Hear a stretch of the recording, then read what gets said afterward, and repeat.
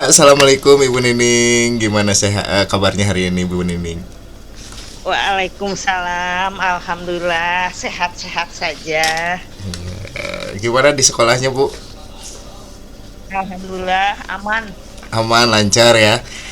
Ya jadi Ya, begini Bu,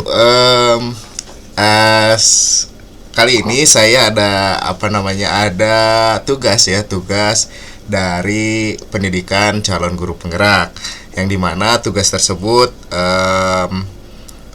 saya harus mewawancarai beberapa kepala sekolah dan salah satunya mungkin ibu ya sebagai kepala sekolah SD Negeri Lingga Budi Cimahi, betul ya? SD Negeri Lingga Budi Cimahi. Nah, selama ibu menjadi peran sebagai kepala sekolah nih, bagaimana sih ibu untuk apa ya namanya untuk mengidentifikasi dilema-dilema etika yang terjadi di sekolah? Bagaimana bu? ya. Untuk mengidentifikasi dilema di sekolah, ini dilemanya antara yang baik dengan yang baik ya. Jadi mengambil dua pilihan, antara yang baik dengan yang baik itu mana yang harus dipilih. Saya akan mengutamakan yang dari dua dilema tersebut ya. Jadi tidak akan menentukan langsung permasalahan itu diselesaikan, tapi akan mengidentifikasi dulu masalah apa yang harus diutamakan. Oke, jadi kita lihat dulu dari masalahnya seperti apa, lalu kita identifikasi apakah masalah itu berdampak kepada siapa dulu nih, sebenarnya seperti itu mungkin ya bu ya.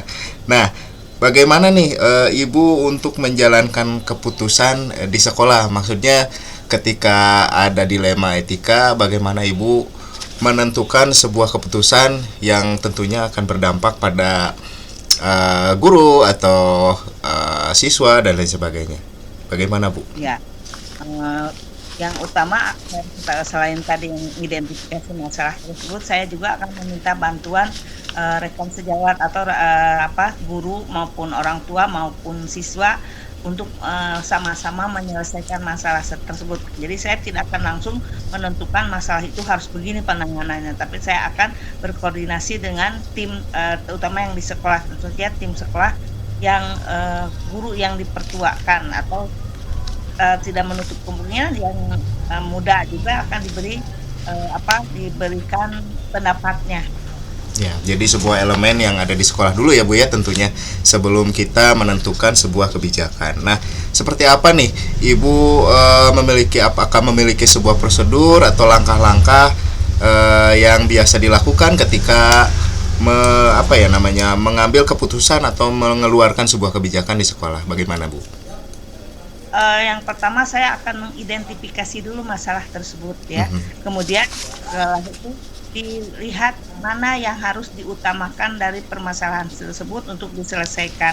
Tentu saja saya tidak mengambil keputusan sendiri, tetapi tetap meminta bantuan teman, misalnya guru yang dipertuakan tadi. Jadi tidak langsung memutuskan masalah itu secara cepat. Dalam hal ini mungkin nanti keputusan itu harus secara adil, walaupun dalam salah satu masalah itu tentu saja akan ada yang istilahnya mungkin tidak puas dengan yang keputusan tadi, tetap harus dikatakan masalah itu harus diselesaikan dengan baik. Ya, jadi tetap kita berpegang teguh pada keadilan ya Bu ya. Sebelum kita mengeluarkan pendapat ataupun mengeluarkan sebuah kebijakan di sekolah ya. Nah, hal-hal apa saja nih yang Ibu anggap paling efektif ketika mengambil sebuah keputusan? Seperti Ya, apa, tentu Bu? saja saya akan berkolaborasi dengan semua elemen yang ada di sekolah ya. Jadi tentu saja kebijakan yang saya ambil tidak akan berusaha untuk adil dan tidak akan merugikan kedua belah pihak, walaupun nantinya memang salah satu pihak tetap akan merasa dirugikan, tapi dengan adanya masalah yang sudah dicanangkan, yang masalah yang sudah diselesaikan, mudah-mudahan salah satunya jadi puas. Baik. Tetap ya kolaborasi bersama elemen sekolah. Nah, yang selama ini Ibu lakukan nih, apa saja tantangan yang paling besar ketika Ibu menjadi kepala sekolah dalam mengambil keputusan?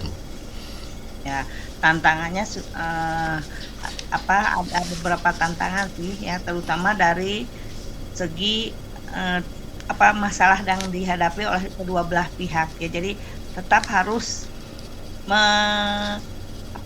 menetapkan keadilan yang seadil-adilnya dan sebijaksananya. Tetap ya, kita adil dulu, baru kita lihat masalahnya seperti apa, kita ambil kebijakan yang berdasarkan keadilan. Baik, nah ketika Ibu nih memiliki jadwal tertentu, apakah Ibu langsung menyelesaikan pada saat itu juga, atau ada jadwal lain ketika Ibu mendapati sebuah dilema etika seperti apa, Bu? Tergantung situasi dan kondisi. Kalau masalah itu harus diselesaikan segera dan dalam waktu itu juga tentu saja harus diselesaikan. Tapi kalau misalnya ada tenggang waktu, saya akan memberikan tenggang waktu kepada kedua belah pihak untuk menyelesaikan masalah tersebut dengan cara yang merefleksikan diri bagaimana penanganan masalah ini sehingga bisa mengatur waktunya. Jadi tidak ada dua kemungkinan, ada yang harus diselesaikan segera di situ juga, atau bisa dengan ada tenggang waktu. Ya, tetap ya, kita harus lihat dulu masalahnya seperti apa, lalu dampaknya seperti apa, baru kita tentukan apakah jika mungkin masalah itu, dilema itu bisa teratasi, ya kita lakukan dengan cepat mungkin ya Bu ya. Lalu jika masalahnya besar atau dilemanya cukup krusial, ya kita harus bekerja sama dengan tim mungkin ya, seperti itu. Nah, bagi Ibu nih sebagai kepala sekolah, faktor-faktor apa sih, atau misalkan Ibu punya seseorang mungkin yang bisa membantu mempermudah dalam mengambil keputusan? Ya, kan tadi saya sudah bilang bahwa tetap tim khusus di tim sekolah, khusus ya. tim khusus bisa menyelesaikan masalah tersebut bersama-sama kita. Jadi tidak bisa menentukan sendiri. Saya akan meminta bantuan kepada tim khusus saya, terutama misalnya guru yang dituakan atau guru yang muda pun bisa diminta pendapatnya. Baik, tetap ya kita harus dengan tim, bekerja sama sebagai tim gitu ya di sekolah. Tidak bisa kita bekerja sendiri-sendiri seperti itu ya.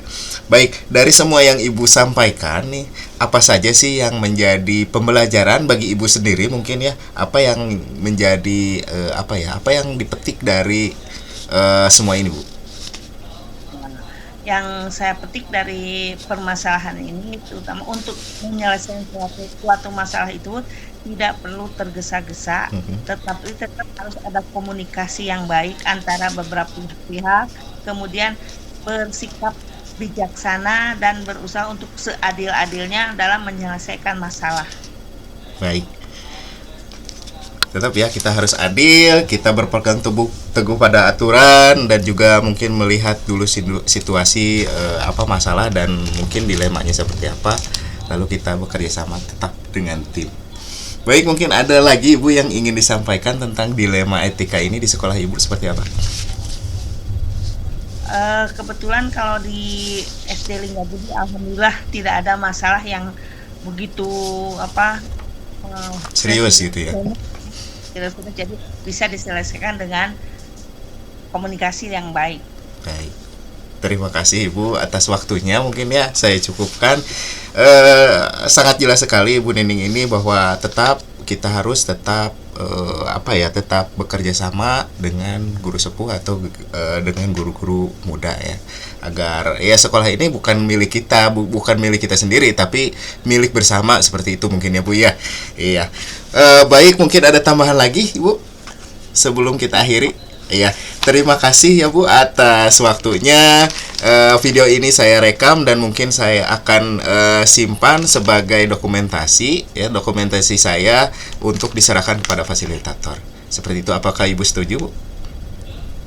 Baik. Enggak. Ya, terima kasih atas waktunya sekali lagi. Semoga sehat-sehat, sekolahnya semakin baik, semakin kompak, siswanya semakin berprestasi. Ya, terima kasih. Assalamualaikum warahmatullahi wabarakatuh. Salam.